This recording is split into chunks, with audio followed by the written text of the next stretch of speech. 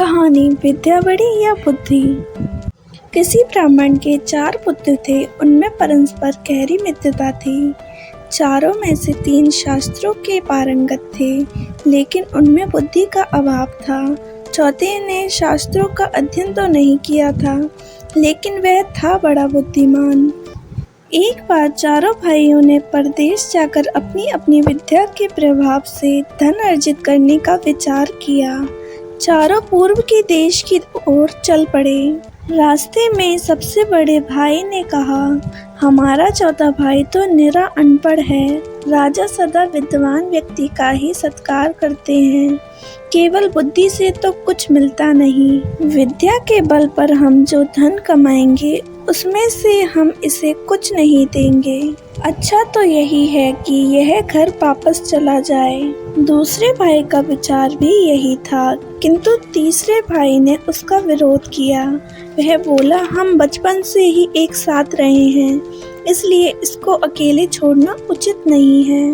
हम अपनी कमाई का थोड़ा थोड़ा हिस्सा इसे भी दे दिया करेंगे। अतः चौथा भाई भी उनके साथ लगा रहा। रास्ते में एक घना जंगल पड़ा। वहाँ एक जगह हड्डियों का पंजर पड़ा था।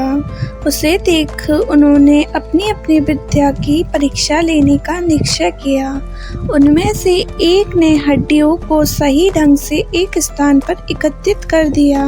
वास्तव में ये हड्डियाँ एक मरे हुए शेर की थी। दूसरे ने बड़े कौशल से हड्डियों के पंजर पर मांस एवं खाल का आवरण चढ़ा दिया। उसने उनमें रक्त का संचार भी कर दिया। तीसरा उसमें प्राण डालकर उसे जीवित करने वाला ही था कि चौथे भाई ने उसको रोकते हुए कहा, तुमने अपनी विद्या से यदि इसे जीवित कर दिया तो यह हम सभी को जान से मार देगा। तीसरे भाई ने कहा, तू तो मूर्ख है। मैं अपनी विद्या का प्रयोग अवश्य करूँगा और उसका फल भी देखूँगा। चौथे भाई ने कहा, तो फिर थोड़ा रुको, मैं इस पेड़ पर चढ़ जाऊं, तब तुम अपनी विद्या का चमत्कार दिखाना। यह कहकर चौथा भाई पेड़ पर चढ़ गया। तीसरे भाई ने अपनी विद्या के बल पर जैसे ही शेर में प्राणों का संचार किया, शेर तड़प कर उठा और उन तीनों पर टूट पड़ा। उसने पलक झपकते ही तीनों अभिमानी विद्वानों को मार डाला और गरजता हुआ चला गया। उसके दूर चले जाने पर चौथा भाई पेड़ से उतरकर रोता हुआ घर लौट आया।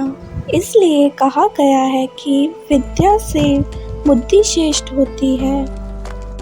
शिक्षाप्रद कहानियों के लिए हमारे इस चैनल को सब्सक्राइब करें, वीडियो को लाइक करें, शेयर करें, कमेंट बॉक्स में कमेंट भी करें और हम लाते हैं एक और नई कहानी।